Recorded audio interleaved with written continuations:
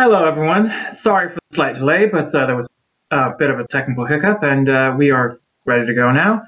And welcome to week 6 of the GTHub podcast. I am once again Forza R18, and joining me is the usual duo of Joshua Jones commentary Hello. and Roblo97. Hi. And with that, we shall address some finer points that we forgot to mention last week because we ran out of time and, well, lost track of what we were discussing. So, we will get to a very sad mentioning that Le Mans legend and all-time French great Gerard Welter has passed past week, or what? Past 2 weeks. I think it was 2 weeks ago, right? Oh my God. Yeah, he was Gerard Welter, was also the former chief designer for Peugeot and is effectively behind arguably one of the greatest hot hatchbacks of all time, the 205 GTI. Ah, my mum had a 205 GTI. I didn't know he was involved in that actually. Yeah, he was I think he was the guy who actually designed the entire car pretty much. Wow. So yeah, and then again with his own race team, His own Roger, yes. Roger Dorsey hitting 400 kph down Le Grenadier at Le Mans back in the Group C era with a car that had been specifically designed just to hit 400 kph down Le Grenadier. I've heard that story, yeah. To the point where I believe they'd even actually gone so far as to tape up all the cooling ducts to try and minimise drag, knowing damn well the car was not going to be in with any chance of winning. Well, finishing by the sounds of it. Oh yeah, they knew that as well, I think. So, but yeah, it was one of the all-time great moments in Le Mans history, and arguably what led to the chicanes having to be put onto the Marsan. Okay. Yes, very sad to hear of his passing. Our thoughts are with his family and his friends at this time. Yes, but on that somber note, we shall continue forward with the some news items that we forgot as well, which would be that one Mr. Colton Herta has been named a member of the BMW Junior team for 2018. Oh yes. And which means he will get to test a variety of BMW machinery this season, while still going for an Indy Lights title. So we shall see where that takes him. Because he was also, as part of that, he was testing the Andretti Formula E car at Marrakesh earlier. Yes, I think he may have also been at the Raw before the 24 this year as well. Well, he was listed. I don't know if he actually drove any in the car. I can't remember if he had it or not, but he might have. Now, But he was definitely listed.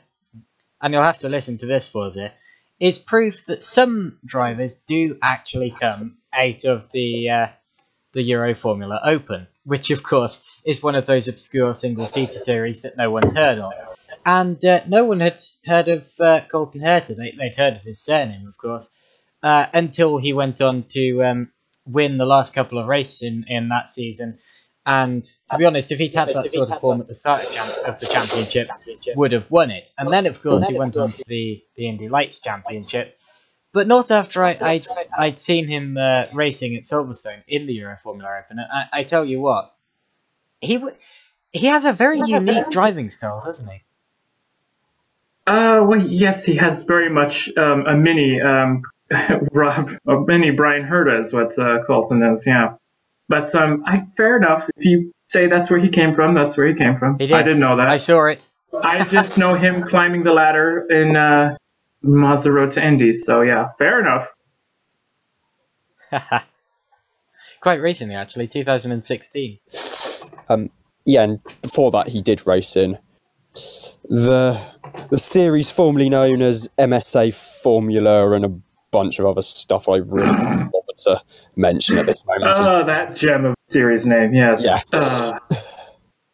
Yes, but that's announced, and we'll see what he's going from there. Tristan Vautier has been confirmed as Kenny Hobble co-driver for the GT-only rounds at Lime Rock Park and VIR in IMSA in the Sun Energy One Racing AMG GT3. So he'll be a busy man this season.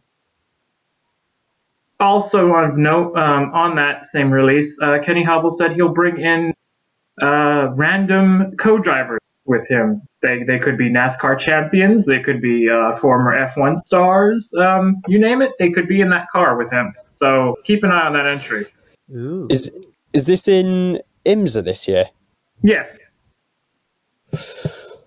Right. because Vautier is the full-time driver for the number 90 Spirit of Cadillac, or Daytona Cadillac Yeah. VIR. But he will be at VIR and Lime Rock Park in the GTD class as Kenny Hobble's teammates. Yes, and that's done. So now we can move on to current news, now that last week's news items have been buttoned up. So, where do you want to start, Rob? Oh, crikey. Where do I begin? Should we start with Super GT first? All right, then.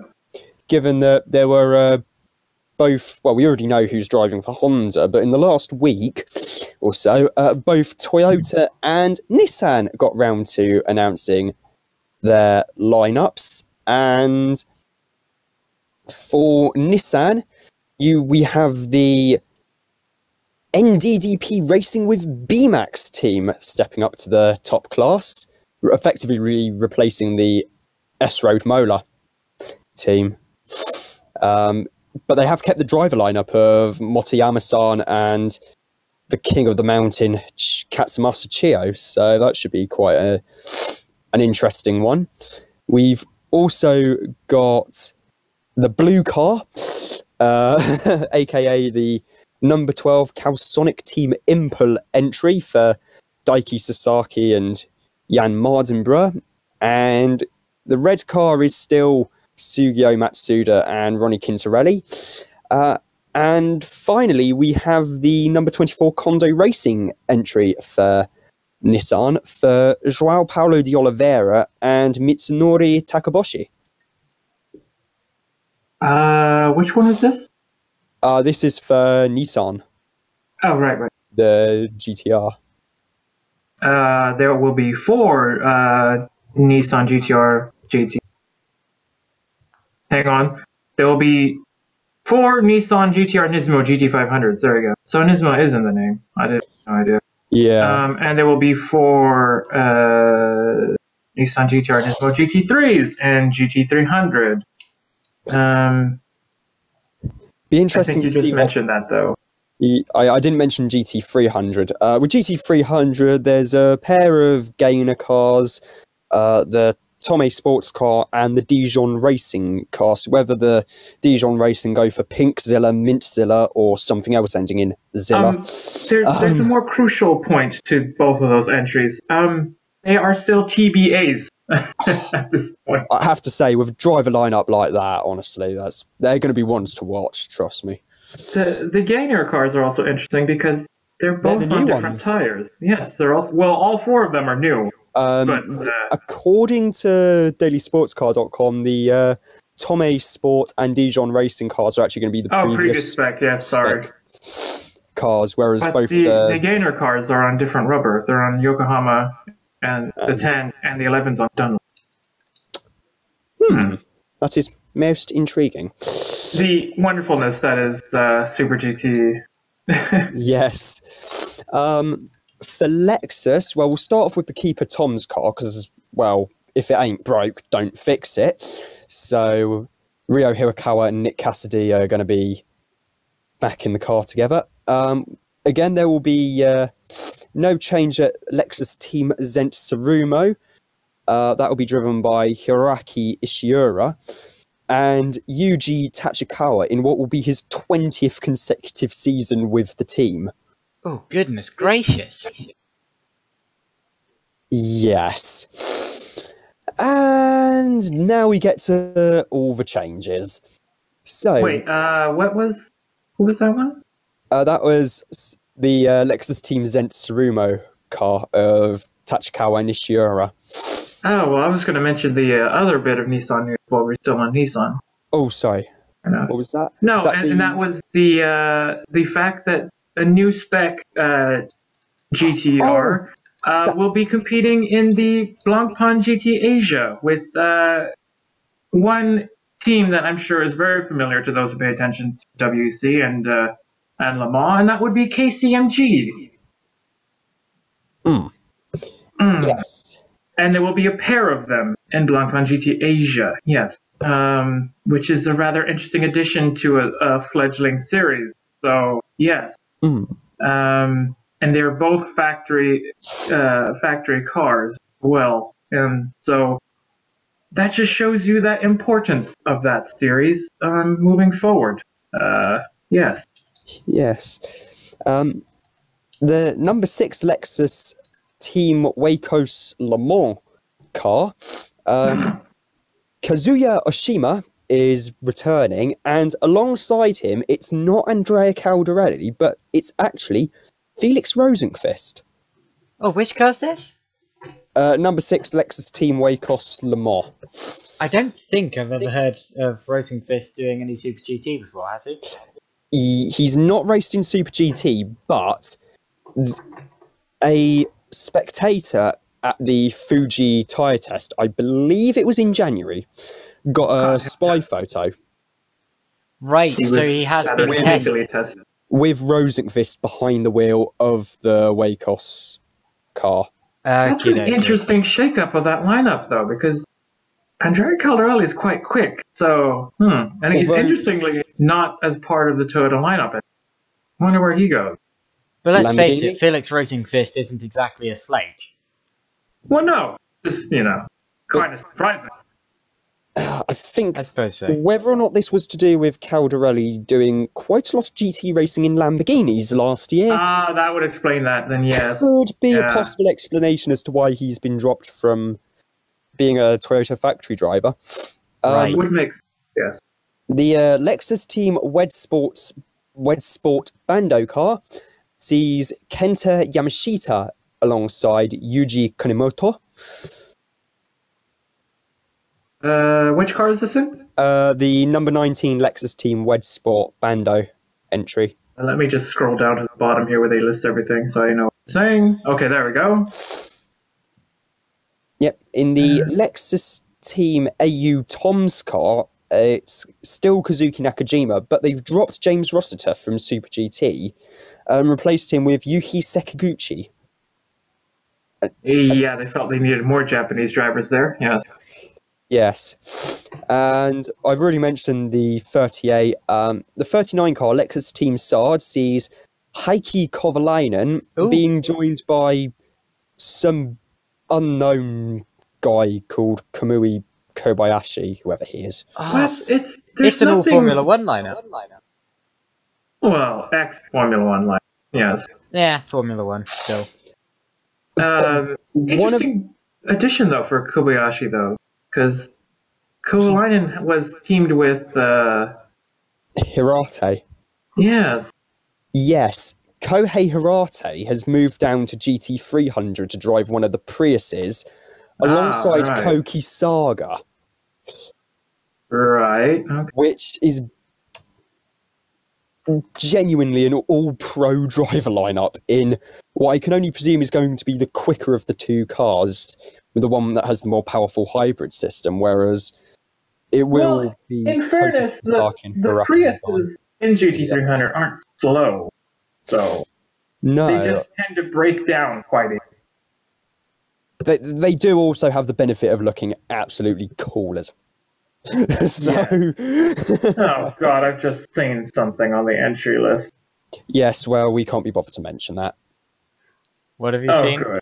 Because we're only mentioning the actual entries of proper No. importance, and I mean, that does the not. stupid thing that he wants to mention all the time, but yeah. Yes, but we can't be asked to mention because there's actually too much to get through. Excellent. I finally shut you down on that. Yay. Yes, I was only planning on mentioning the important entries, and both prices and GT500 entries were constituted as important. Although the other bit of Super GT news is that they've changed the schedule again. I was going to say again, because they changed it, what, 3 times now? Something like that? I think this is only the second time they've changed it. Whatever. Yes, Seems but like they basically- keep changing everything. But yes, the round at Autopolis has been moved so it doesn't clash with the WEC round at Fuji, thanks to some bloke called Fernando Alonso. So where did they move it to? Like, did they move it before Fuji or after Fuji? Or After. What? Okay, so then that means it clashes with... The US Grand Prix. Right. Okay, but that's not important, so yes. No, it's Formula One, It's of course important. it's not. No, I mean, it doesn't matter if it clashes. I know. There's no one heating. Yes. It was actually, the first mention of this statement was actually from Team Le Mans director and Super GT legend, Juichi Wakisaka. Wakisaka. Yes, Wakisaka-san posted the article on Amiblo. Who? Amiblo. It's titled "Alonso Problem Solving!" Hashtag Super GT. I won't even Alright, attempt to read the statement as it's all in kanji. Oh dear. And I don't speak Japanese, so Yeah, that might be a problem. So that's that. Alright then. Yes. So, the Asian block of news has been dealt with. Yes. Shall we do the American block of news? Ooh, what would that be then? Red Bull Global Rallycross is actually going to a proper rallycross circuit. Oh, right, you had mentioned this earlier, yeah. Yes. Please elaborate. The US-based series is actually going to be living up to the global part of its name by sticking everything in quite a few shipping crates and sending it across to the other side of the Atlantic Ocean to good old England to visit a place called Liddon Hill. Oh, yes. Proper rallycross for the first time for GRC. Yes, there will also be some wildcard entries as well. Some? Yeah, a number of select wildcard entries. But that hasn't been announced yet. They haven't been announced, but I presume most of them will be from the British Rallycross series, which does, I believe, still run the supercars, big 6 horsepower beasts like they run in GRC. Yeah, I was going to say, as long as they're a supercar thing, they can run. Yeah, so that's going to be pretty interesting. It's also going to be the season finale for the new Polaris RZR class as well. Now that is a new one to me. What does that mean? I have absolutely no idea based on this press release. It just says RZR class. it's those little ATV buggy things, I think. Have they created a new class for them this season? Well, from what this press release is saying, yes. Huh, alright. It shows you how much I read up on GRC news. Jesus. There's also going to be a 70-foot tabletop jump. Oh no, that's standard GRC fare. Yeah. Although, having said that, oh no, that would be insane, that would, if they put it on the downhill run towards the Devil's Elbow. I was at just about to Lytton. ask, where are they going to put the jump? Because firstly, that's the only place I can think of, and secondly, on a downhill straight heading into what is genuinely a pretty fast corner in a rallycross car. Well, surely they could run it the opposite direction. I'm not sure. I know Knockhill Park has a license for actual circuit racing, both clockwise and anti-clockwise. Okay. But I don't think Liddon has, so that'd be interesting to see where they actually stick the jump. See where this goes, yes. But that is the main place I can think of, given that, Well, the putting it rest on a of it's a downhill rallycross straight. track, so yes. Yeah, sticking it on a downhill straight when the cars are going to be going pretty damn quick would make it interesting, to say the least. So, Just it's tiny. yeah. Any more GRC news? Front or no? No, there All right isn't. then.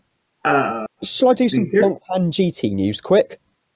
Oh, well, hang on. Since we're on the American front, there was some IndyCar testing, and would you be surprised to know that who would you guess would be dominating most of the sessions? Let me see. It's either going to be one of the Penske or the Ganassi drivers, I would have thought. So I'm going to hazard a guess at, from Ganassi, Scott Dixon; from Penske, Joseph Newgarden?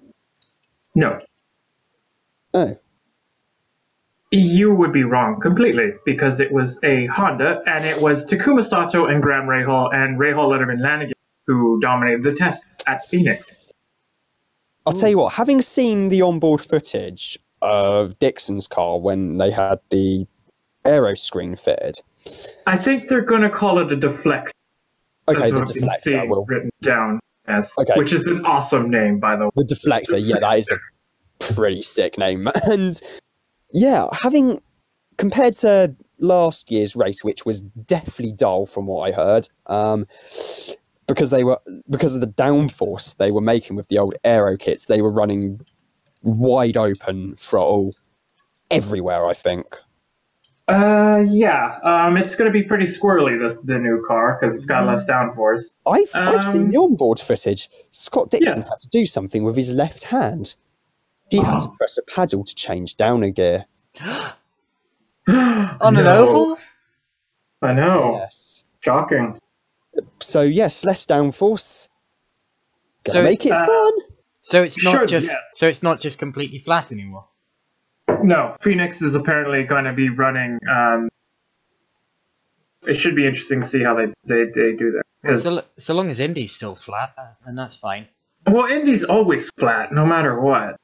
Yeah. Indy's been flat pretty much for 25 Indy has always years. been flat. That's just how the track's made. But Well, it probably wasn't in the 1950s, to be honest. well, fair enough. But you could barely Oh, manage no, 9 miles an hour. Well, maybe in the 50s. I actually drove Indy in a 1960s Indy car on R-Factor 2 and managed to do it flat, so it's possible.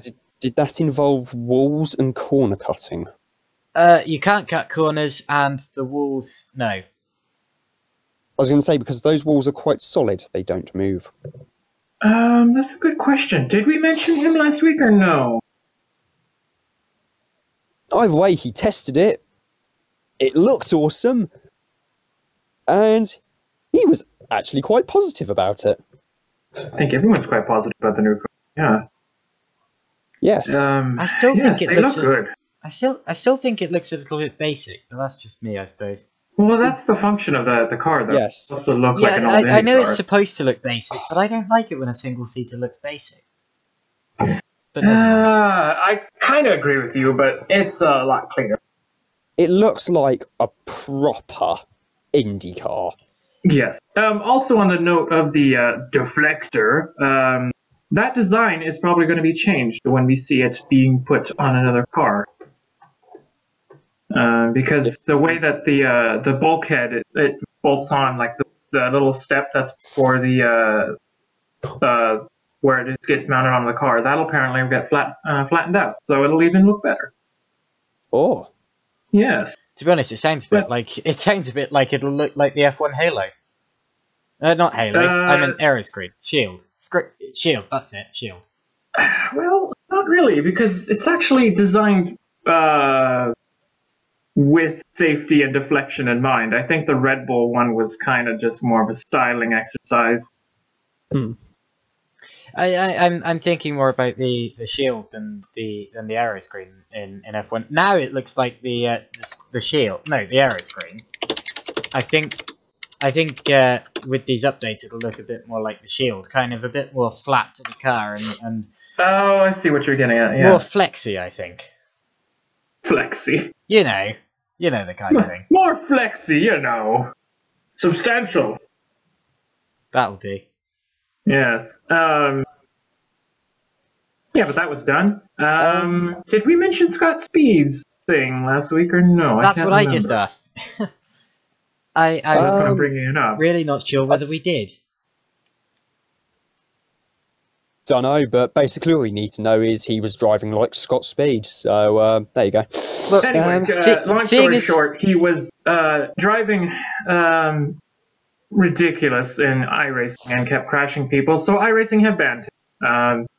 And it appears he sold all his racing sim equipment. Yeah, that was the story from I think 2 weeks ago, something like that, week and a half ago. Which is rather shocking for an ex-F1 driver and rallycross champion. I mean, apparently, I heard from somewhere, I don't entirely know if this is true, that he helped iRacing develop the rallycross cars.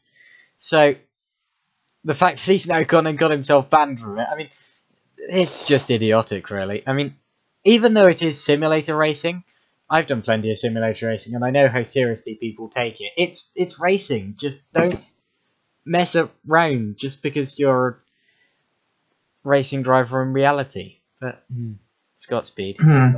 Yes, I was just going to say, but this is Scott Speed, so there you go. Who managed to crash almost every single time he was in a car. Yes. Yes. Blancpain GT news. Amidal Harvey will be alongside Charlie Eastwood and Ewan Mackay in the Endurance Cup for TF Sport, and they're all silvers now. They're all silver drivers. So wait, who's silver? Charlie Eastwood, Ewan Mackay, and Amidal Harvey. I have no idea who Charlie Eastwood is. Really? He's been doing brilliantly in the WEC. GB and European Porsche Championships. I saw him racing in the Mobil 1 Porsche Super Cup at Silverstone last year. This explains why I have no idea who he is. You just said he runs in British Porsche Carrera Cup. He does. He won the championship this year. Yeah, he's a great guy. You forget he only won the championship on that side of the pond. Yes, but he only won it because, let's face it, he did put Dan Camish in the wall at Knockhill, so... He did. Yep. I remember that, and that was a bit inappropriate. But, to be honest, at the other range, he was genuinely that quick. And to be honest, I don't think, if you look at the results, Camish would have won the championship anyway. Right. Okay. I'll take both of your words on that, but good for him to get a drive in a Yeah. Anything else in that front, or no? No. I have some Collis news from this morning, UK time. What Collis news? What, they got us to run? No, they signed someone. I already had someone signed, I thought. But this is different. They've signed Manfredi Rivetto. Who? Manfredi Rivetto. He's their new team principal. All right, explain. Who is he? The 42-year-old Italian will oversee the team's LMP1 program. This year, he has previous experience working in several Colin Collins-led projects. Oh, God, this fills me with an immense amount of confidence, but go on. Including programs in Formula 1 and DTM, and will bolster the Austrian-badged team's management. Boris Burns will remain... He ran Caterham, didn't he? Yes. Yes, that's where I know the name from. I knew I recognised his name. Yeah. So that's that sorted out. Well, I'm going to pencil them in as not running very well at all then. Well, I mean, I think Caterham only really did badly because they had a tiny budget. They had crap managed, i.e. Colin Collins. They had Colin Collis. And they had a tiny budget. Yeah, but the main bit was they had Colin Collins. Management, crap engine, crap drivers. Well, no. I think some of their drivers were good. Like... You're both forgetting the fact that they have Colin Collins. Oh, yeah. That's the biggest point. And Andre Lotterer admittedly Colin Collis was in charge of the programme, which explains why it was not particularly fast at the end. If I wanted my teeth done, I would go to Colin Collins because he's a dentist. But I would not hire him to run my race team. I seem to remember when he ran the R10s, I think it was, at Le Mans, a certain Mr. Scott Tucker driving for them.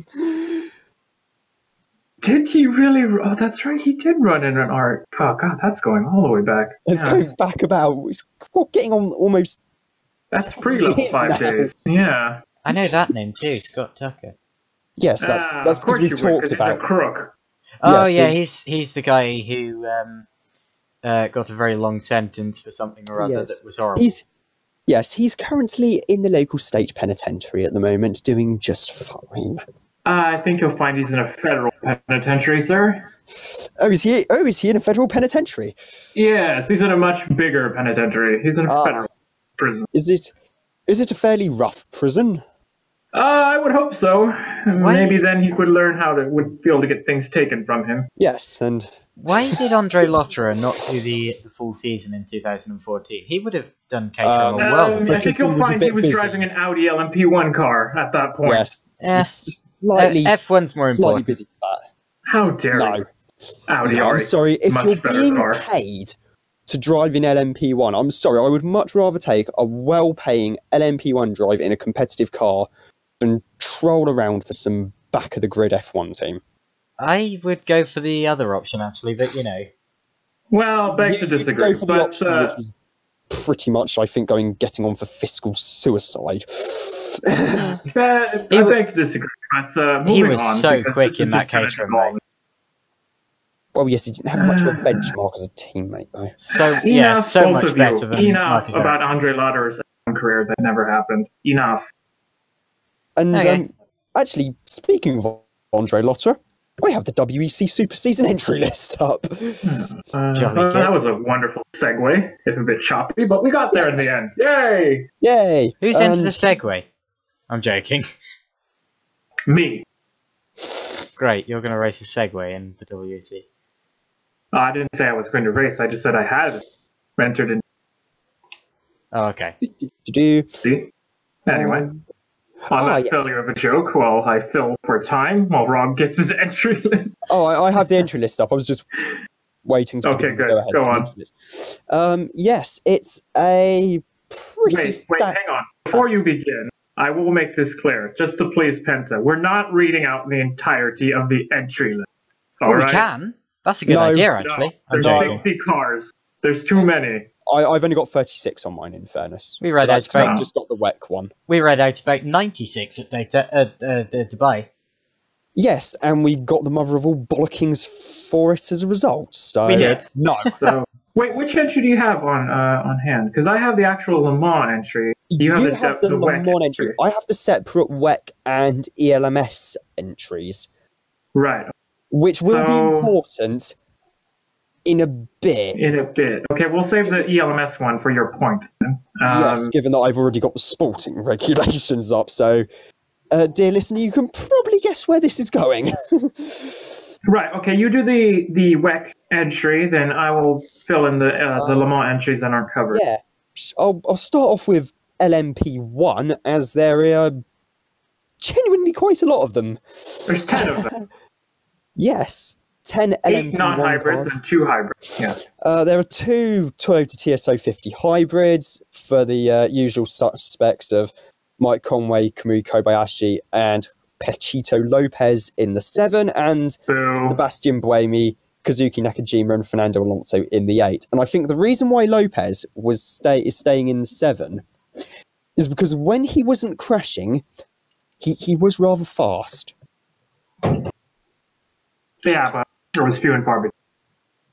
Yes, in fairness, he did do his backing at Silverstone, and he did Anthony have that. Davidson or Fernando Alonso.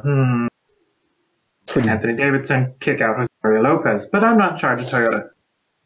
No, I was going to say neither of us is Rob Loipen. Nope. Or indeed Hugh. Or Mr. Akio Toyota, yes. Or Akio Toyota, yes. Or Toyota-san. Yes. For the non-hybrids, there are a pair of Rebellion R13 Gibsons. The Rebellion R13, I should point out, is based on an Areca design. So... it's based on the 07, isn't it? I believe it is based on the 07, yes. but there are going to be, obviously, as it's LMP1, there's a much lower weight limit, different engine, and freedom of electronics so and stuff like that. So it's going to be the same as a Tub 07. Got it.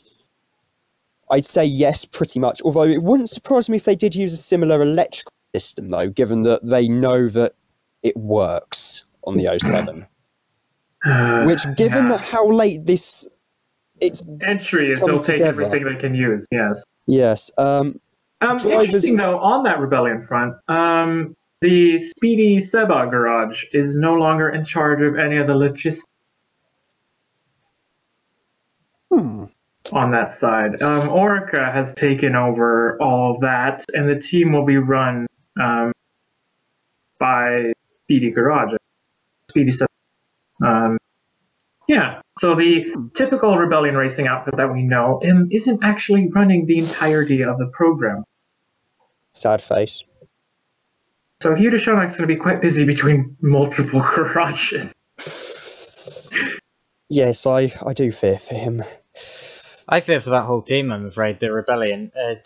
It all sounds very kind of cobbled together at the last minute, and to be honest, I can't see them really challenging the other LMP1 cars. Well, it's Orica. It's a Rebellion chassis with a Rebellion Gibson team. Yeah, it'll work in the end. They do know what they're doing, and the driver lineup's pretty good as well. They've got Andre Lotter and Neil Yarni, Matthias Besch, Thomas Laurent, Gustavo Menezes, and I can't remember who the sixth driver off the top of my head is. Fair enough. You were almost 6 for 6. Yeah. Car number 4 is the Bicolis Racing team with their new and heavily revised Enzo CLM P1/01-Nismo. And the Enzo CLM P101 Nismo, yes. Yes, they've confirmed Ollie Webb, and worryingly, that's it. Okay. Probably just to see who else. No, they were too busy signing up a team direct. That's what they were doing. Yes, exactly. Yeah, true. We got the first pair of Chinese entered LMP1 cars. It's a pair of Ginetta G60 LTP1s, both running the Mechachrome V6 for CEFC TRSM Racing. The number 5 car. They finally done it. They finally found a team name that is more ridiculous than Jackie Chan DC Racing. Yes. The number 5 car has Charlie Robertson behind the wheel, confirmed, and the number 6 has Ollie Rowland. We've mentioned the Toyotas. Car number 10, Dragon Speed. BR Engineering, BR1 Gibson. But the driver lineup is quite interesting. Okay, yeah, Ben Hanley, Renger van der Zande. They're blooming quick. There's no surprises there. But then we get There's a bronze driver in the mix, isn't there? Yes, one Mr. Henrik Hedman. Now, from what I can gather, he has been given special dispensation due to his speed and experience in racing in LMP2 to be allowed to run as a bronze-graded driver in LMP1. Despite the fact the rules state that only the minimum driver grading you're allowed is silver. So, for example, Roberto Gonzalez, he's a proper gentleman driver. So is Pierre Thirier, for example. Both of those Henrik Hedman. And so is Henrik Hedman, but I'm going with those two because they're silvers. All right. Both of those drivers could compete in LMP1, top class, no problem at all. And on their day, both of them are capable of matching top professional drivers in terms of speed. Okay, yes, they are not going to be as quick over the course of a longer duration due to the fact that they don't train every single day being a race car driver. They have actual day jobs on the side. But it's quite interesting that Hedman being given dispensation. Well, in fairness, they have a... He's the one who has the entry. I don't think the AC are going to go, no, sorry, you can't run in our class that we need people to come run in. They're not going to tell him not to turn on. Yeah, in fairness, though, Dragon Speed and boss Elton Julian... slow either. I know. Then again, Dragon Speed boss Elton Julian, he is a silver-graded driver, so... Well, that too. I think he's retired, you'll find. Yes, I was going to say, isn't he retired now or something? You know, he has the decency to actually stay retired, unlike some of these drivers. Unbelievable. Yes, I know. One of them we'll get to in a minute, yes. Yes. And we've got a pair of SMP racing cars from Russia, running their BR Engineering BR1s with the AER V6 engine. The only two confirmed drivers at the moment are Mikhail Oshin and Vitaly Petrov. Worst kept secret in the paddock, yes. Yes. LMP2. There's only racing. 7 full season entries. Importantly, 3 manufacturers in the season, like last. Well, 4 if you count the LP.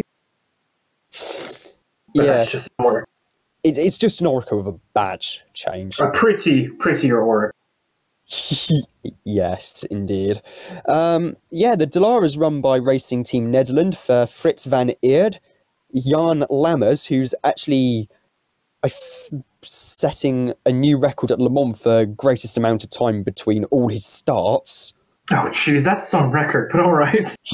I mean, given that he won the race outright driving a factory Jaguar, it gives you an idea how long ago this was. Hands that, yes. Yes, in the 1980s. Brilliant. Yes. The team's third driver's some guy called Guido van der Gaard, whoever he is. I was going to bring up Van der Garde earlier when you were talking about Caterham drivers being rubbish, because Van der Garde was not rubbish. He actually had some decent pace behind him. I never said the drivers were rubbish. I just said the team was garbage. Well, the whole team was, so, yeah. There's the Ligier as well. It's being run by Jacques Leconte and his Labra competition team. Yes, that's a full season entry, surprisingly. Yes, it's not going to be the quickest. It's got Erwin.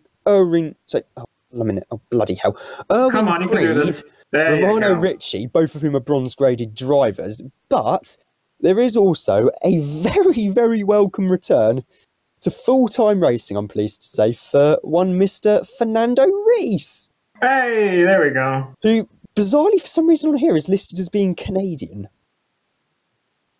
What? Brazilian racing licenses got really expensive all of a sudden. I don't know. All right, then. That's interesting. Yes, Pierre Thirier, I mentioned him earlier. He's driving for Signatech Alpine alongside Nicolas Lapierre and the now less silver-graded Andre Negrão, given that he's now gold. Well done. Nicely put there. Less silver. Yes. Roberto Gonzalez, I mentioned him earlier as well. He's driving the LMP2 Dragon Speed entry alongside that TBA bloke who's a bit quick from what I've heard. Good old TBA. There's a... Oh, hell yeah. There's a pair of Jackie Chan DC Racing Areca 07s. The only drivers confirmed so far are, of course, Hopin Tung and Jasmine Jafar. And finally, there's... I think you'll find. That's the one, cheers. And finally, there's the TDS Racing entry for Francois Perrodo, Matt Vastivier, and one Mr. Loic Duvar. Okay, so TDS has one car for full season back. All right. GTE Pro, the only real changes really are Alex Lynn and Maxime Martin drafted. I think you'll find the only changes to the lineups are that the fact that you're adding some BMWs. There are a couple of actual driver changes in the lineups though, as well as the addition of the BMWs for the 81 for Martin Tomczyk. Had to do that, sorry. Nicky Katzberg and Philip Eng, and the 82 for Augusto Farfus, Antonio Felix da Costa, and Alex Sims. The only other changes of note, really. Porsche, car number 91, Jimmy Bruni, has been drafted into the lineup after his enforced gardening leave due to leaving Ferrari. Other than that? Yep, the number 97 Aston Martin has Alex Lynn and Maxime Martin on the entry list. Yes, newly signed Aston Martin Racing factory driver Maxime Martin, yes. Yes. And the 95 is still the Dane train, you'll be very pleased to hear. Hooray! Yes. It's also worth pointing out that both of the 488s are actually running in Evo spec as well. I was just about to ask what the hell that meant, because I have no idea what the difference between I think it's got revised exhaust. Because it looks the same to me. User, it looks pretty much the same, to be honest. I can't really tell the difference myself personally.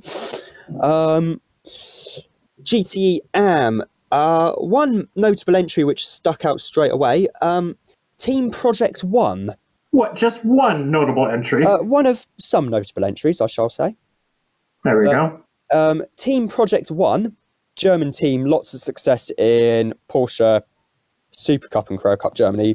Can't remember which one of the two it is, but anyway, they've moved up to WEC. I think it was both. You're going to recognise the first two drivers I'm about to mention, Forza. Really? Yep. One, Mr. Jorg Bergmeister. Oh, yes. More on this lineup, yes. Patrick Lindsay. This is everything to do with the fact that Patrick Lindsay has decided that he wants to go... Yes, the Park game in IMSA. Yep. He's decided he wants to race abroad. So, his full season project will be the WC GTM 911 RSR, and his team will continue with an NAEC program in IMSA. Yes. Yes, that should be quite interesting come Sebring next year, for reasons that are painful just to even think about. Will they or won't they? That is the question about Sebring. Yes. I'm leaning more on the I hope it happens, because I think that's a really good idea. Oh, hell yeah. The bronze Grady driver in the car, by the way, is the Guido Perfetti. Giancarlo Fisichella, Norwegian bloke, amateur driver. Oh, of course, of Mentos Racing. Yeah, Mentos Racing. Yeah, yep. he's been in some Porsche Carrera Cup and Mobile One Super Cup as well. Saw him at Silverstone. Yeah. Number 54 Spirit Race entry. Notable thing about that, Giancarlo Fisichella. Yeah. Alongside the usual suspects of Thomas Fleur and Francesco Castellacci. Clearwater Racing are back with an unchanged lineup. So that's Mokwen Sung, Keita Sawa, and Matt Griffin. Joined by another Asian Ferrari entry. Yep, MR Racing from Japan. That's for Motoaki Ishikawa, Olivier Beretta, and Eddie Cheever III. Not sure about that guy, but I don't know. I'm going to go down to the last two now because they're the only, because they've all got confirmed full lineups. TF Sport are running an Aston Martin Vantage for Sally Yolok, Ewan Hankey, and Charlie Eastwood.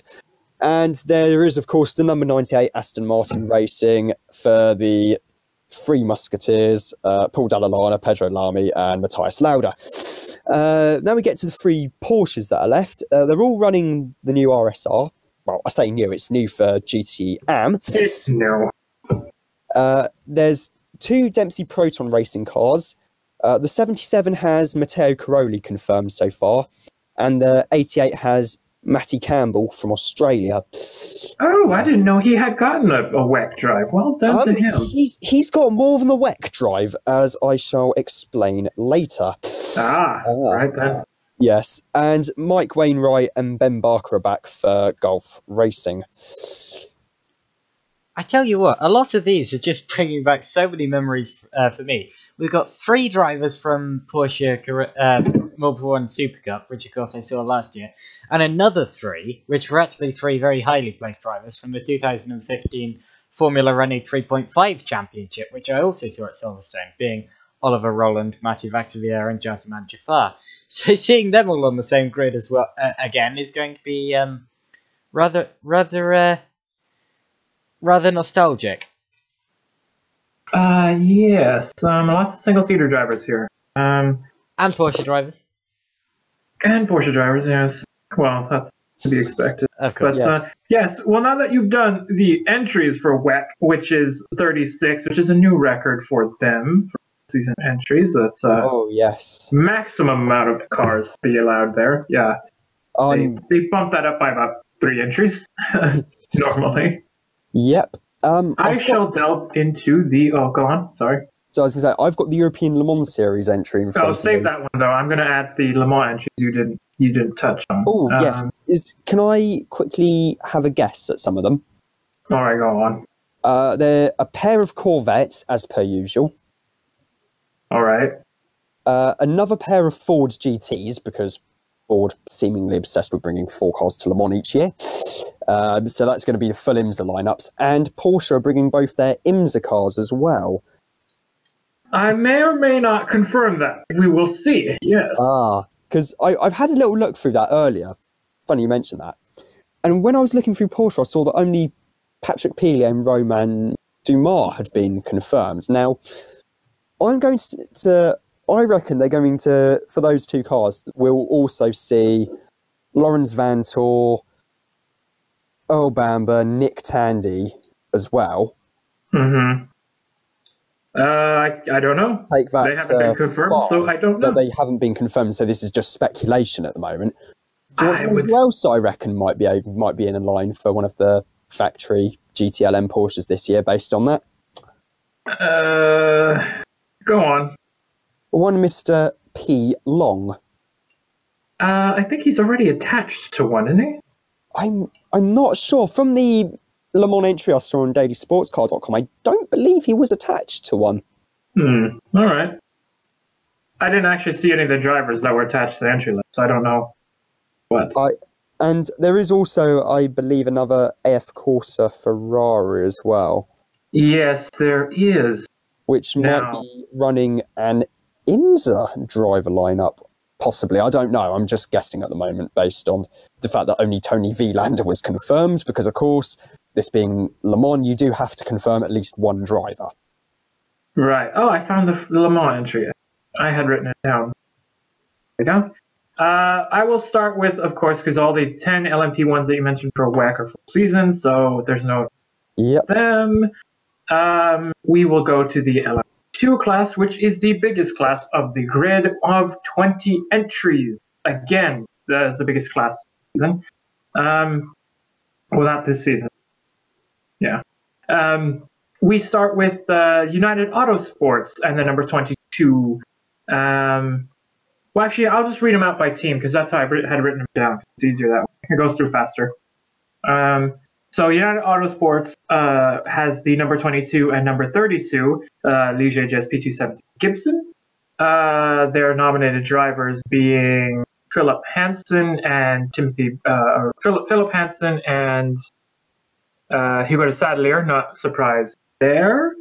Now we move on to Panis Barthez competition and their number 23, Ligier GSP Gibson, or Ligier GSP2, Timothy Beret. Now we move on to the 25 Algar Pro Racing, another Ligier Gibson. This time for one guy who seems to not like retirement. One Mr. Mark Patterson. Oh God! I was going to say, is he unretired again? Is he? Apparently, he's bothered himself to unretire this week. He went, "Yeah, I fancy another go. Yeah, why not?" I'll tell you what. This, from what I've heard from numerous sources, this retirement business is really quite difficult because you never get a single day off. From what I've heard. Apparently, he's busier than he was when he was actually employed. Wow, says a lot about employment and work these days. I know, it does. It says a lot about work ethic these days, huh? Oh yes, indeed. Anyway, all that time to do the gardening. I think it says more about Mike Patterson, actually. But, yeah, that was a joke there, Josh. I know. Anyway, we move on to one of the confusing entries, of which there are some on this entry list. And that would be the 2 G-Drive Racing Orcas, split into separate teams.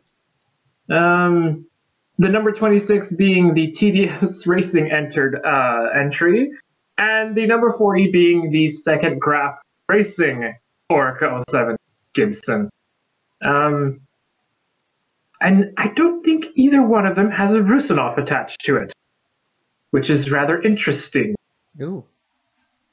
Because I haven't seen him as being a confirmed driver. When was the last time that happened? Yes. Oh, no, Rusinov's in the 26, my bad. But he's not in the full WEC season. So I guess that means he moves to the ELMS for this season? Possibly? You shall find out. Ooh, I like surprises. Soon. Let's see here. You mentioned TDS. There's an extra Dragon Speed entry in the number 31 Orca 07. You mentioned that one already with Roberto Gonzalez. Of course you did. I didn't know that was a full Wex entry. Okay. I thought that was only partial. Now we come to some extra cars. You already mentioned Jackie Chan DC Racing, didn't you? Yes, because they, of course, won the Asian Le Mans series, as we mentioned and that's last where week. these entries come from. But rather interestingly, these are the number 33 and 34 Ligier JSP 217 Gibson. Dun, dun. This coming from their win in the LMP2 class and LMP3 class of the Asian Le Mans series. But the drivers attached to this are David Cheng in the 33 and Jacques Nicolet in the 34. And the Ligier part would tell me that they're being fielded by Oak Racing, perhaps. If that's the case, then that explains why one Mr. Nicolet is behind the wheel. Yes, because that's what leads me to believe they might be Oak cars, because he's one of the drivers. And they're also Ligiers. It's not much of a leap, but yeah. I mean, then again, when you're the guy who runs it and owns it, yeah, why not? Have a go. Yeah, why not? Good to... It's just nice of them to confuse us with two different cars. Now we would come on to the number 35 S&P Racing, Dallara P217, Victor Scheitar, that being an ELMS entry, I believe. Now we have the 39 Grafso 24, Orca 07, Vincent Capillaire. Hopefully he's not dressed in orange, so he can't run Toyota this year. Hold on, I think there's a sound effect for that.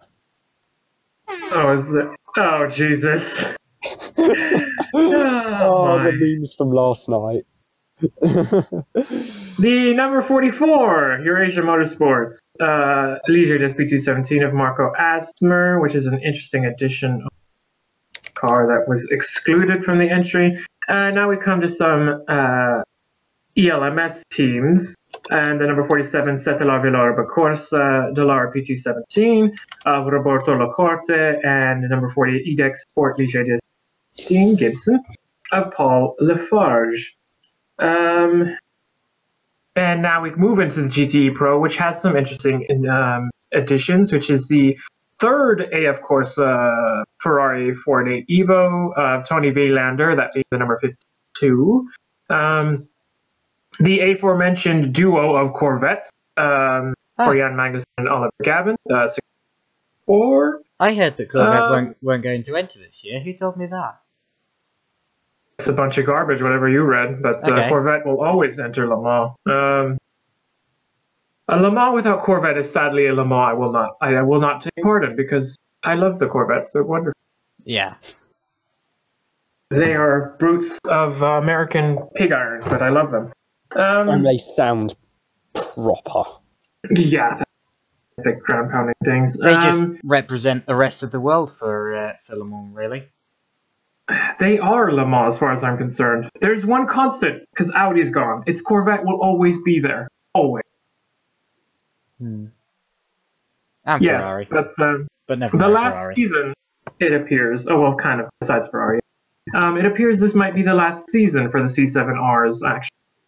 The C8 are on the horizon, whether that being a front-engine or mid-engine car. Your guess is as good as mine, but I would hedge a bet on saying it's mid-engine. We have the addition of the two Ford Chip Ganassi Team USA 4 GTs. The IMSA lineups coming across here with Joey Hand and Ryan Briscoe. Now we move to the additional IMSA lineups with the number 93 and number 94 Porsche GT team, Porsche 911 RSRs, Patrick Pilet and Romain Dumas in that extra entry. So the IMSA guys are well represented in GTE, seems. And now we come to the addition of the number 80 EB Motors Porsche 911 RSR, Fabio Babini. His being an auto entry courtesy of winning the Michelin Le Mans Cup in GT3. GT3 class. Now we have JMW Motorsport being an auto entry. The number 84 Ferrari, 488 GTE for Liam Griffin for winning Le Mans last season. And now we have another IMSA edition in the form of the number 85 Keating Motorsports Ferrari. Ben Keating being the driver there. That being run by Risi Competizione. Also, I was going to say, and wherever Ben Keating goes, a certain Dutchman by the name of Jeroen Bleekmolen will also be there. Okay. Well, yes, that's kind of a given. They're at this point. One can't be without the other. Yes. Although then again, if one is unavailable, Trent Hindman will do just fine. Well, you say that. I suspect he might be their sneaky little addition to their lineup. Are we going to be describing him as the very sneaky silver? Or Ashley Freiberg might do nicely, in fairness, or Catherine Lang. Or that, yes, just naming names. If anyone wants to know what a silver, yeah. Yeah. Quite a few of them going around these days, I must say. There's quite a few of them, yes, that have no drives for Le Mans, but would be a very handy addition to any team that would like to have them. Now we come to the GTEMs, which I said earlier, and the last edition is the third Proton competition 911 RSR. The number 99, usually reserved for Aston Martin Racing, which is a bit confusing for me at this point. And that being one American Porsche factory driver, Patrick Long. Right, so he's definitely not going to be in the GTE car then, Pro.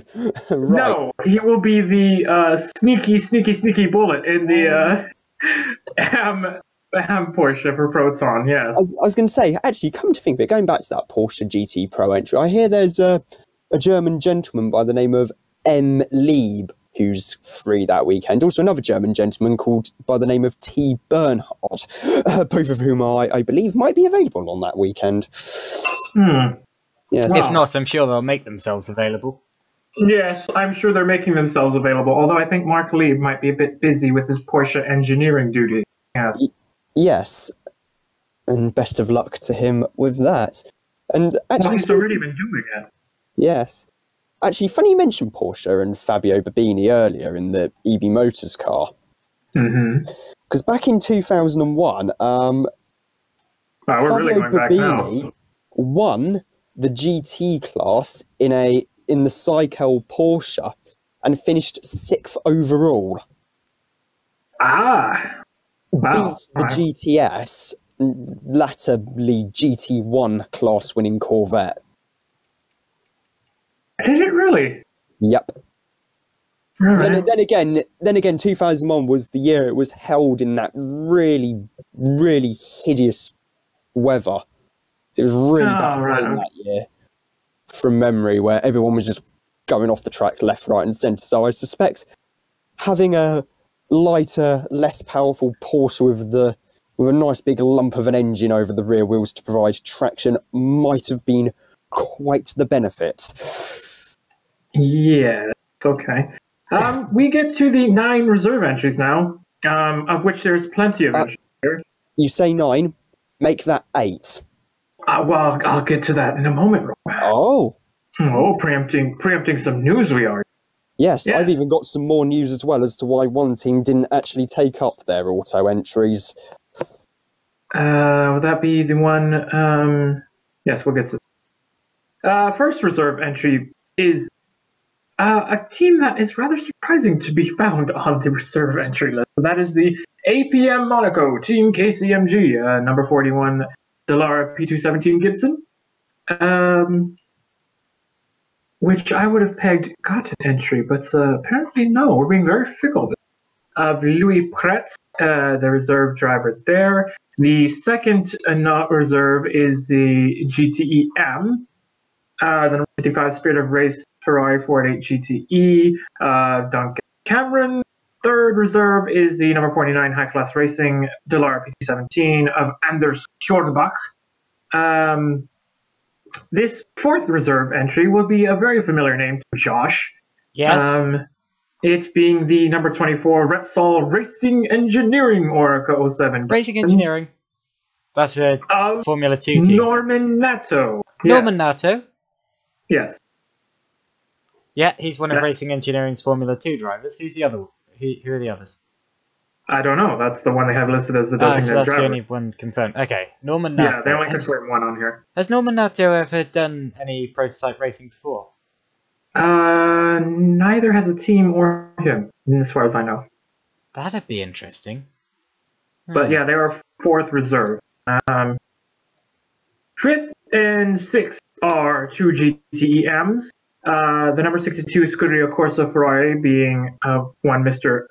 Cooper. You know, it'll never get in. The number 83 of Krone Racing. Ferrari, that being Tracy Krone. Now we get to the last three entries, which are LMP2s. Sorry, going back to the Cooper McNeil thing, I'm surprised he can get into the car, because he is rather tall. Well, it's a Ferrari. He can fit. It's just that's not the problem. He just can't drive it. I'm quite happy for once someone's decided not to grant him an entry just because he brings boatloads of money. Quite frankly. Actually, fair point. Well made, beautifully presented. Awesome news, I say. I would rather have Krone Racing into the race as opposed to the 62. God help us. Well, there'll be more on that later. Yes, but the number 27 Edex Sports Ligier SP217, Patrice Lafargue. And now we've come up to an entry that has already been from the entry list, so there was actually only 8 reserves. And that being the number 43 ARC Bratislava Ligier, Miroslav Konopka. Because it's a shame that, because, I mean, the bloke's got a real passion for the event and the sport. Yeah, and on that note, he has very much confirmed he will no longer come to Le Mans and he will no longer race LMP2 cars. I think he might... Definitely. According definitely. To him. I thought that it was going to be definite no to Le Mans, but potentially maybe back in Asian Le Mans? Possibly, but from what I read, he said LMP2 cars will be out of his future. According to his press release. Yeah. I suspect he'll still be in LMP3s in the Asian Le Mans series. Yeah. Yes. I was going to say, speaking of press releases, did you see the Magnus Racing one? I was just about to bring that up, actually. More on that in a bit. More on that in a bit. Oh my God. Actually, I think we'll end the show on that note. Yes, Sorry, we have to. Right, I'm seeing how this is being planned out now. Right, I've got the format for the end of this. We will end on the Magnus note, yes, because it's wonderful. It is just one of the best things I've seen. Yes, but the number 43 ARC Bratislava, Ligier is out. Miroslav Konopka taking his choice and not coming back anytime soon. So you can put the mark kind of doom through it then already. Already, yes, that's done and dusted, which is good news for Brian Alder because that moves him up one spot, so only 7 more to go. It's still last because it's. Well, that's what I said. Seven more to go, but it's bar 1. Let's face it, there's just a pay driver mobile, isn't it? Oh well, you say that. I mean, they had some quick guys in at Daytona, like Alex Popov. It's just the car had some misfortune. Some teething troubles on a new car isn't unexpected. But it is a Riley, to be honest. Riley Multimatic Mark 30 kids. Yes. And the designated driver being Mark Kwame, who's no slouch. Yes. That's probably got an outsider's chance. If everyone else in front of him finds calamities, then they might find themselves at Le Mans. But I wouldn't. Yeah. I've got some news from Team AAI. Team A. Oh, Asian Le Mans Series team. Yeah, go on. Yep, Asian Le Mans Series team. They have committed themselves to running in the inaugural Suzuka 10 Hours with a BMW M6 GT3. They haven't announced their driver lineup yet, but they've just confirmed that they will be doing Suzuka. What's also quite interesting to note is that team owner Junson Chen made some comments on his Facebook page. A post which has since been deleted, so you're quite right. This can't be good.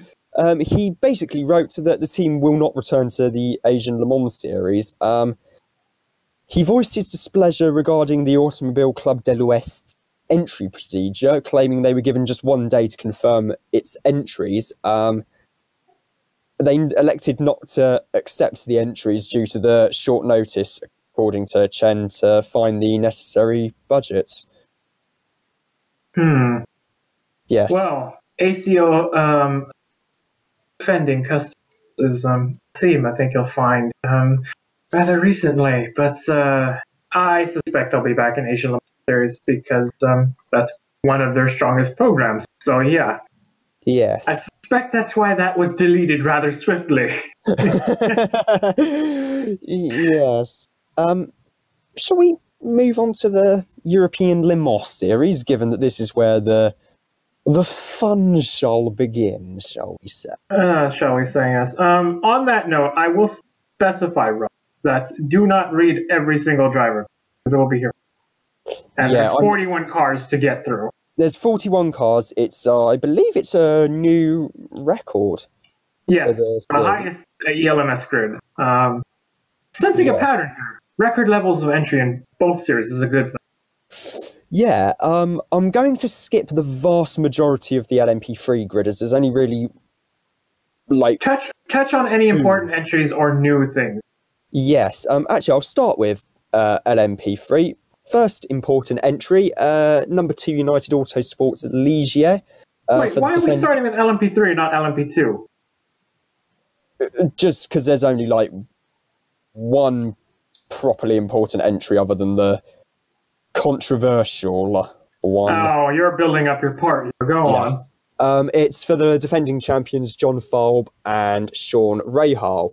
A number of other drivers who raced in the class last year. The Talcanitzers are back. Alex Kapardia's back. Ricky Capo's back. Jakub Smikovski's back as well. All quick drivers to keep an eye out on.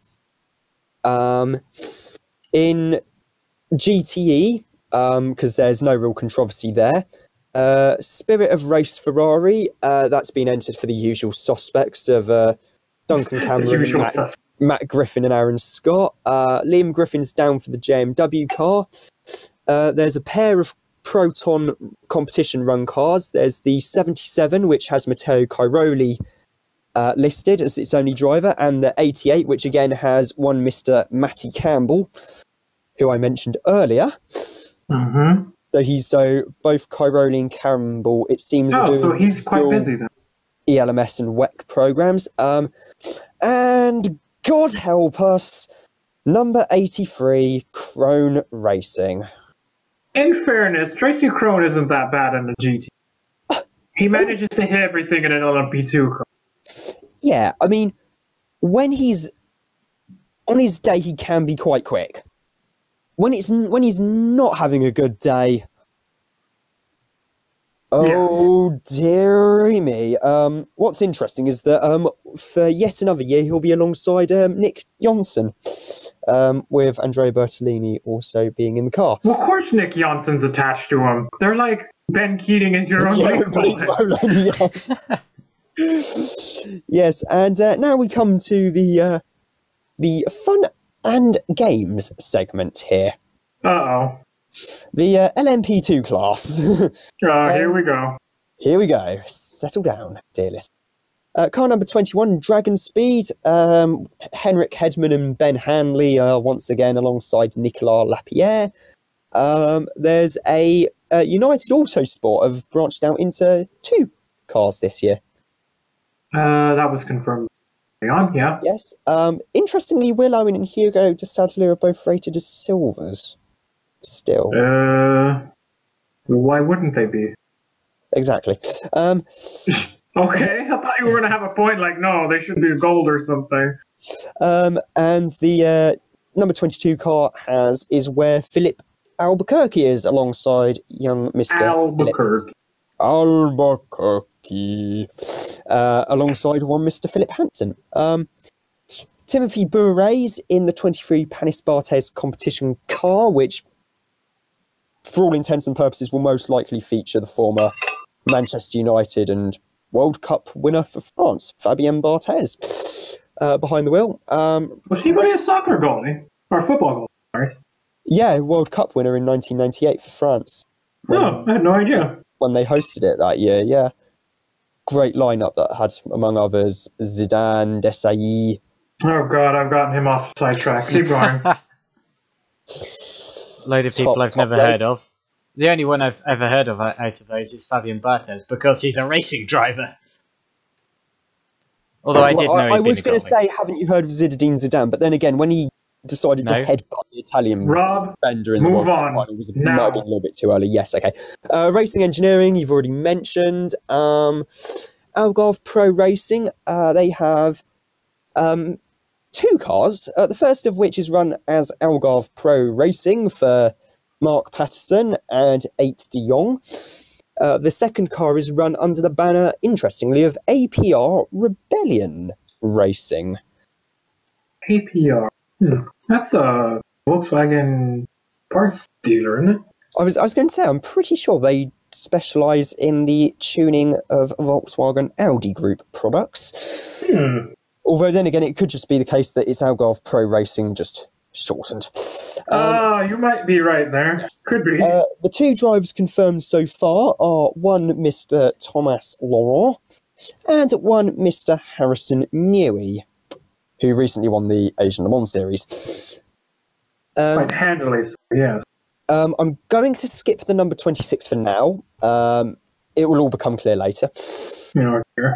There's a pair of EDEX sport cars. The number 27 just has Patrice Lafargue listed at the moment. The 28 has Paul Lafargue and Paul Chatin on the entry list, although given that one Mr. Nick Manassian is now one of the people calling the shots... Defected from Dragon Speed, yes. Yes, they might be able to get some pretty impressive names in that, and failing that, Manassian himself... Well, yeah, I was going to say, failing that, he could just slot in, fill a drive for free. Yeah, I mean, it's not like he done that last year. Oh, wait. when Hirakawa-san was cup-tied with his Super GT commitments. Car number 29, Duquesne Engineering, run Oreca 07 for Marvin Klein. We've got an AVF by Adrian Valles, Delara, currently confirmed for Henrique Chavez of Portugal, and Konstantin Terashenko from Russia. The only thing most people know... Am I supposed to know what Adrian Valles is? Yes, they were a single-seater team.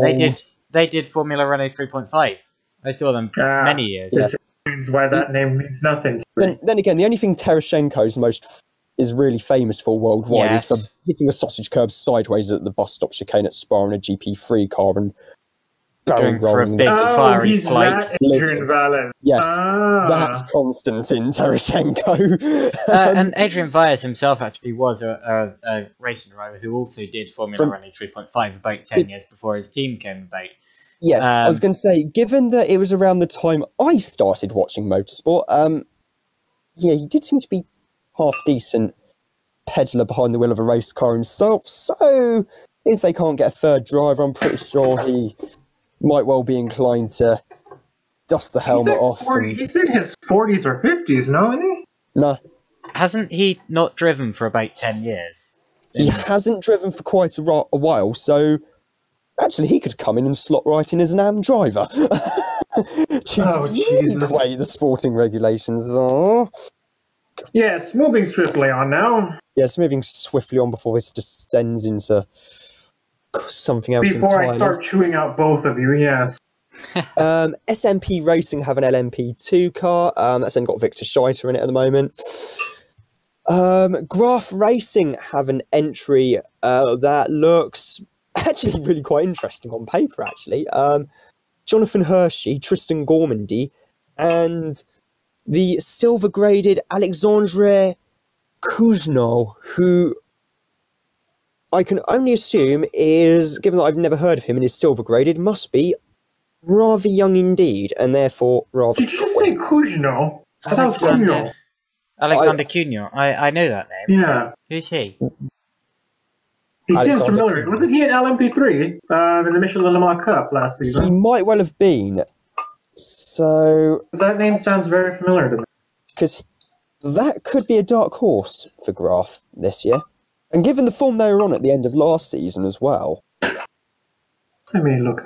I'm curious. He sounds very familiar. But move on. Yes, I shall find out what he did last. Number 40 G-Drive racing car looks like they might be in with a chance of winning the title this year. Driver lineup of the Sneaky Silver, which is James Allen, the Sneaky Silver, which is Jose Gutierrez, and someone who last year was a Sneaky Silver but is now considerably less so as he's been properly upgraded to a gold, Enzo Guiber, who came to prominence... Significantly so. I like how you say that. Yes. Yes, he came to prominence last year after managing to get pole at Monza when he was driving for Graf. Funnily enough. Right, okay.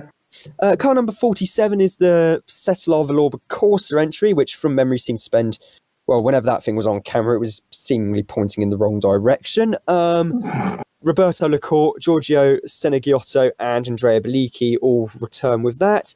And High Class Racing are back with another Dallara, and once again with Dennis Anderson and Anders Fjordbach. And now we come to the bit we've all been waiting for. Oh, here we go.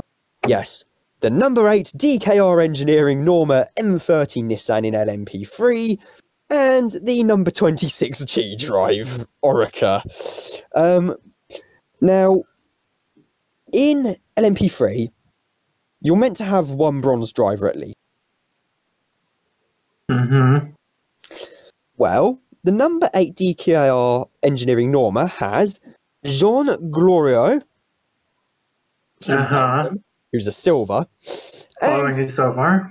Yep. And one Mr. Alexander Terrell of Spain, who's a silver, and a very sneaky that, given that I had a little look at the data from the Le Mans Challenge race they had last year, just before Le 24 du Mans. The Road to Le Mans race, That's you mean? Yes. Yes. And Terrell set the fastest time, and Glorieux set the third fastest time out of anyone. Right, to be expected, really, yes. And there is no third driver in that car. And now we come to the G-Drive Racing Orica. Okay, they've got Matt Vassivier and Jean-Eric Verne. Okay, yeah, no big deal.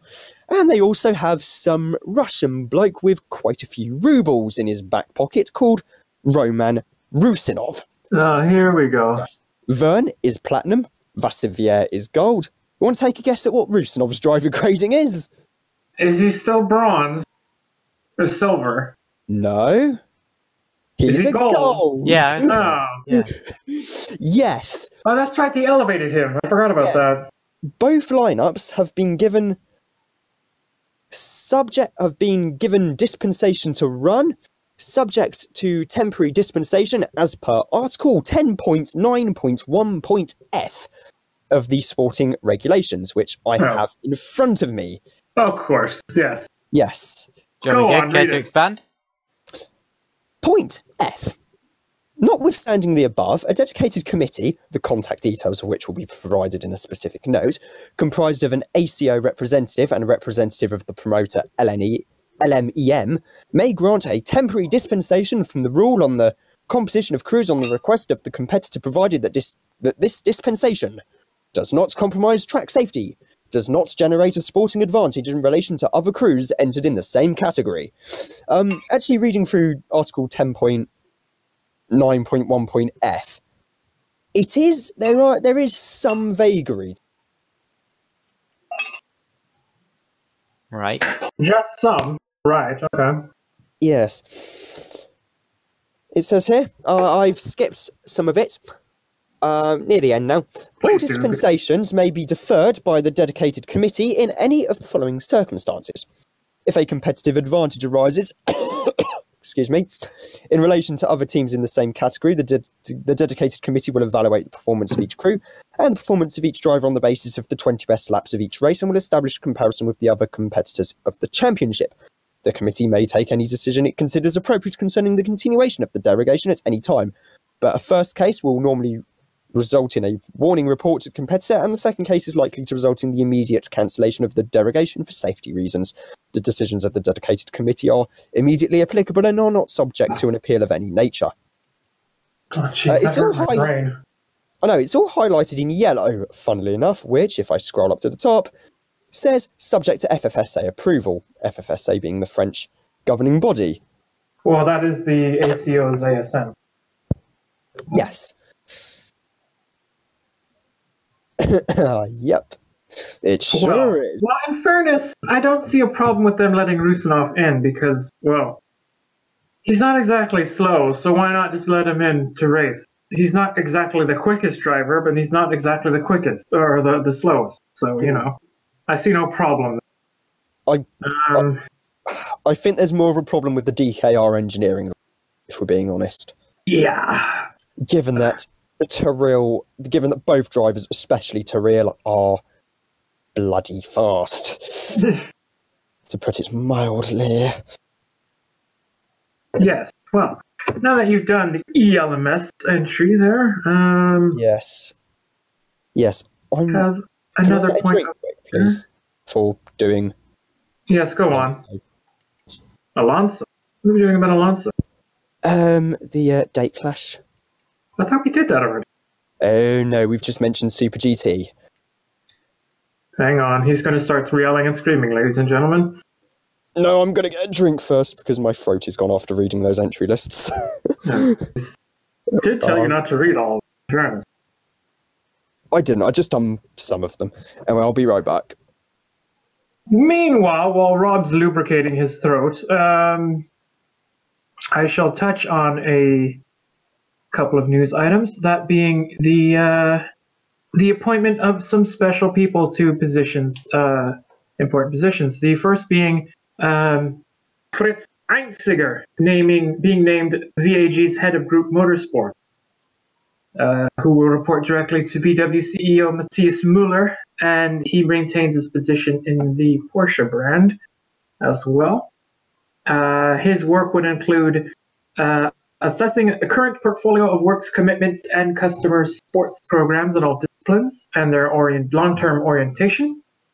This includes all VAG brands, including Volkswagen, Audi, Porsche, Lamborghini, Seat, Skoda, and Ducati, which is rather interesting point. He will also be responsible for dealing with international sports authorities and for organizing the use of highly efficient internal combustion engines, hybrid solutions, and pure electric powertrains in motorsports. The objective being to find which group brands will demonstrate its individual strengths in certain series. The second important appointee belongs to the ACO, with this being one Mr. Dr. Wolfgang Ulrich as an ACO special advisor. And if anyone knows how to get things done for the ACO, is Mr. Ulrich, because he was the head of Audi Sport for many, many years. I think I heard Rob coming back, but I'm not sure. Speak if you're there, Rob. Back. There you are. Yes, I'm there. I've just down the last of the lemonade cans I got prior to Daytona. God. Anyway. I know it's going back a bit. While I rattle through those news items, welcome back. Thank you. Yes, well, go on. Yes. Fernando Alonso. The news that Alonso was actually going to be competing in WEC this year meant that there was a bit of a problem with Fuji as it clashed with his race at COTA in Formula 1. So they decided to move the Fuji race so it didn't clash with the F1, but now it clashes with Petit Le Mans instead, completely screwing over about 10 drivers, including Harry Tincknell, Olivier Pla, Bruno Senna, Mike Conway, among others. About a third of the wet grid, yes. Yeah, about a third of the wet grid has been screwed over. Now, Probably thanks to Alonso. I think one of the reasons behind that is because Toyota has a very strong link with the Fuji circuit. Is that right? That's They 'cause own Fuji, yes. Yeah, they own it. So, as a result, they've suited the date to their own liking and ignored the rest of the field. Which, Well, in Toyota's defense, or not Toyota's, it's not really Toyota's fault. It's them doing the common sense thing that anyone would do if they were in charge of the series and promoting it. I was just about to say that, yeah. They went and did the sensible thing. Like, it's not their fault. I see it. It's just, and even the ACO did the right thing because, well, they went trying to market this. It's the same thing that IndyCar did with Alonso when he went to the 500. He was the biggest story of the year.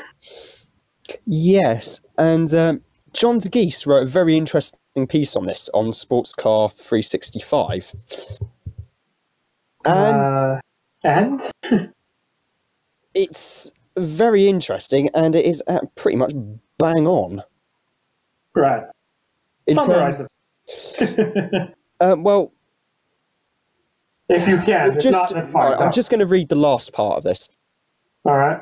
from the website, and I quote, do we believe Alonso's arrival will instantly turn Le Mans and WEC into household names?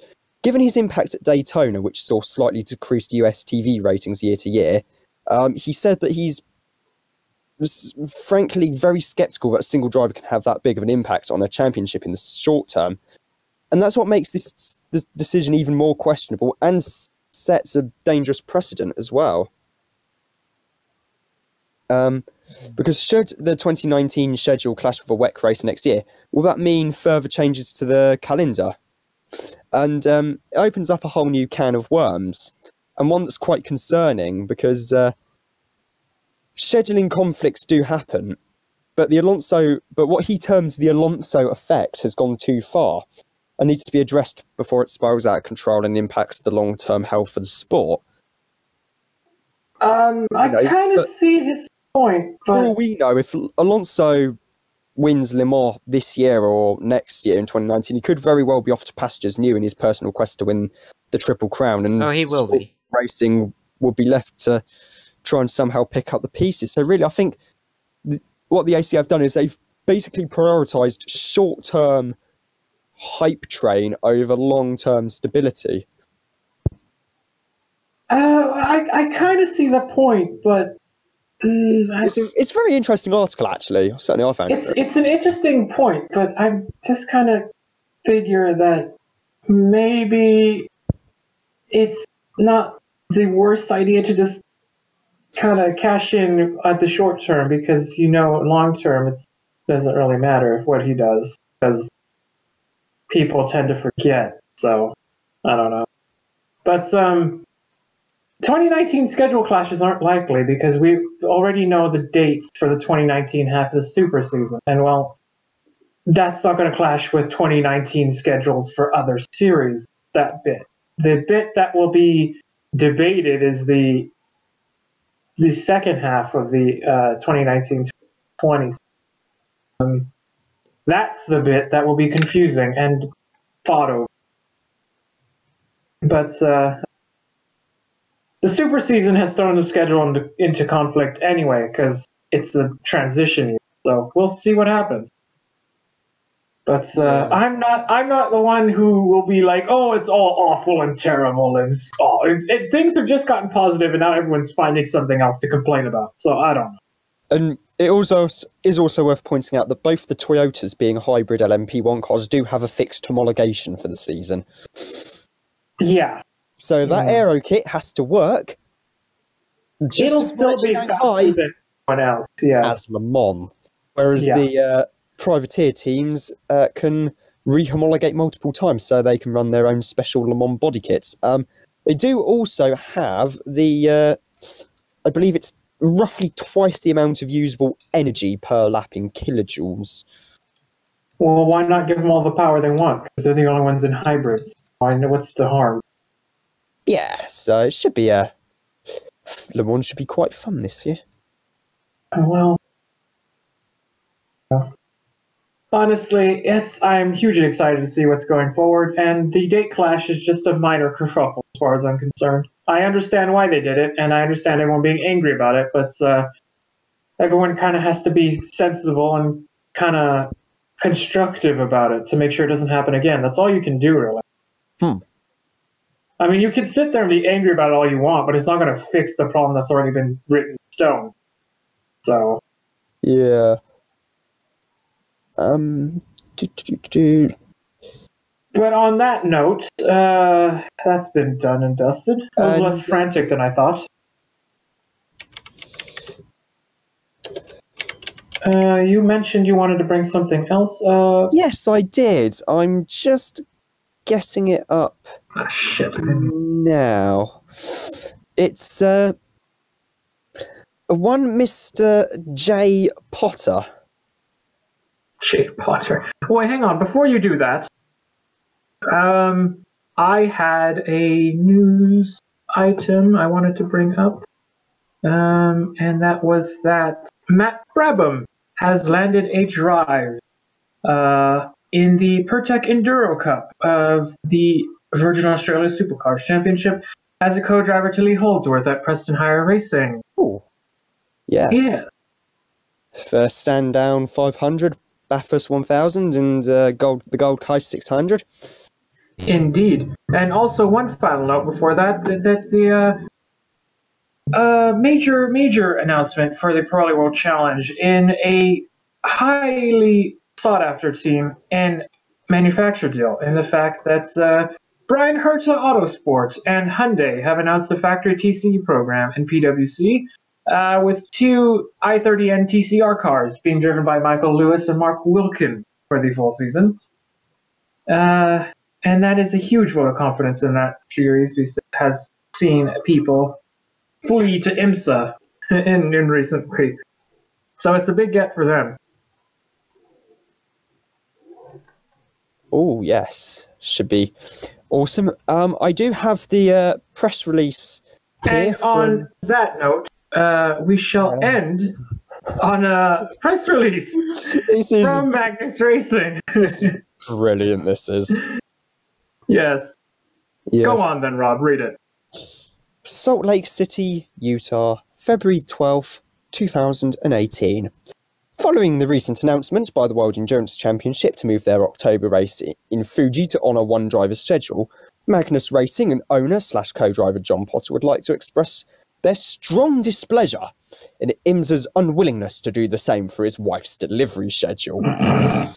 With wife Emily Potter due to give birth to their second child in May, Potter is beyond upset that the series schedule, which has been set for 6 months now, won't arbitrarily be changed just because he threw a fit.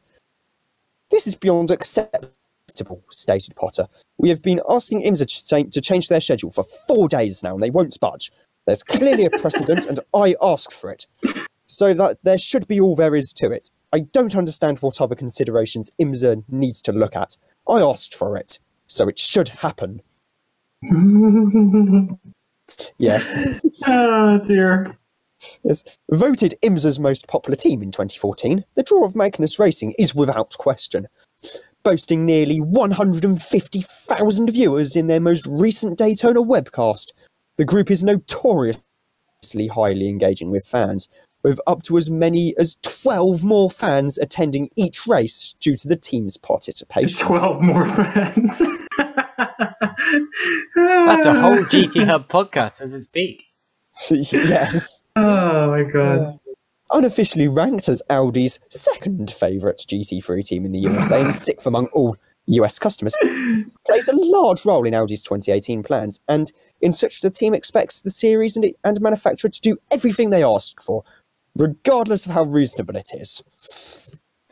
If the series doesn't do what we asked for, we may leave, stated Potter. Some may say, well, we might leave anyway, but that's irrelevant. It's far easier to get what you want when your threats have nothing to do with your plan of action already in place. I want what I want, and the series needs to give it to me. I'm one of a few dozen paying customers, and what I say should matter more than those other plebes. Is this all an actual quote, or...?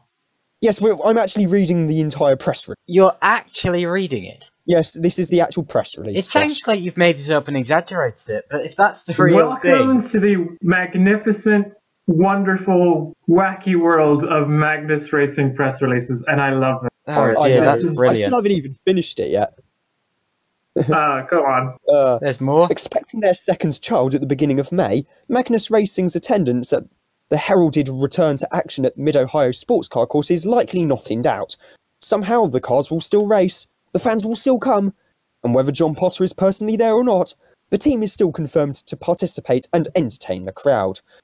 With no official response has been given from IMSA, one off the record, a series official cited the fact the series schedule came out before the couple became pregnant, and the fact it may conflict with plans from every other team, manufacturer, driver, and fan. I love it. That's why we love Magnus Racing. In all seriousness, congratulations to John and Emily and the rest of the family. Baby Magnuses are on the way. Yeah. I can't make out whether that. Goodness. I can't work out whether that was serious or not. No, it was all in jest. He was making fun of the clash with that Alonso did. Yes. All right. Okay. I was taking it all literally. Oh. Well, that's just me. That's the brilliantness of the Magnus press releases. You're just like, this sounds really stupid, but you're like, I know this is satire, but could it actually be real? It's funny. I love it. Yep. It's Magnus Racing. Best team on the We grid. expected nothing else from them. No. Oh, that's brilliant. Everyone loves Magnus Racing, and there's your reason why. Yeah. And I think they might have just even become better. many people's favourite racing team. I'm telling you, if you had no idea Magnus Racing was a thing beforehand, do now, and you should. They're wonderful. Yeah. Oh, man. And on that note, I can think of no better way to end this week's podcast. There is no other way we can end the podcast. No other way to go out on top than with Magnus Racing's press release. So, on that note, goodbye, listeners. Bye. See you next week, same time. Same time, same channel, Same time, location. same place, different illnesses. Same Well, people, hopefully not, possibly. Unless some of us get abducted and replaced by changelings, you know. Oh dear, that's a rather ominous note. All right, see you then. Or knowing me, subject to confirmation that I can actually get mobile phone reception from a bush outside Basingstoke train station. Can I click the stop Yes. streaming button now? You should have done that already, yes. Okay, I'll do it now. Going and